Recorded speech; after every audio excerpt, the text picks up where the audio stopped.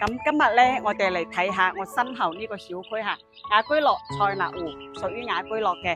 咁咧，我先同佢講解一下呢個小區嘅一個位置。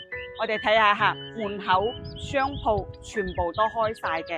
咁簡單嘅買早餐啦，買餸啦嚇，買嘢啊一排全部都開滿晒，所以咧係非常之方便嘅嚇，非常之成熟。再嚟咧，我嘅左手邊大概50米咁上下就有幼稚園啦嚇，再前面少少100-200米有一間燒鵝超正，大家可以去試下嚇。嗱，好啦，我哋入去小區睇睇佢嘅環境點樣。好啦，我哋嚟到小區園林啦嚇，睇下啲綠化整得非常之企理嚇。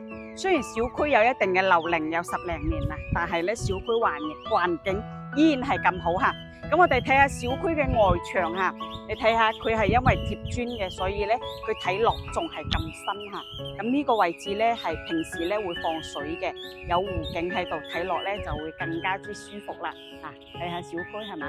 佢亦都屬於唔屬於好高層咯，因為20樓咁上下。咁今日要睇嘅呢一套咧係18樓嘅。好啦。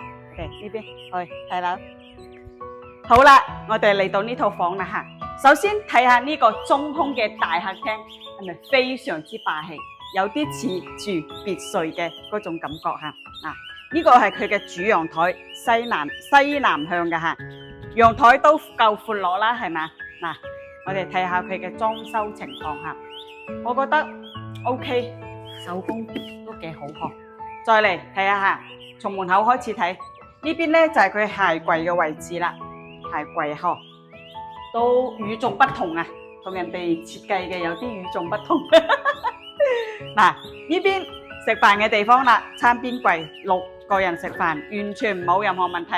再嚟睇下佢廚房，廚房亦都夠大喎，3-4個人煮飯冇問題啊，係咪係啊？你覺得咧？再嚟睇下嗰個廳，嗰個廳人見人愛啊，5米幾嘅一個中空廳，真係不得了。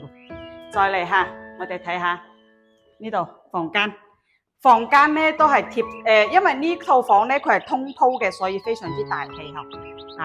行近去先，它是一個啥智能馬桶，我一行近佢就打開啦，係嘛？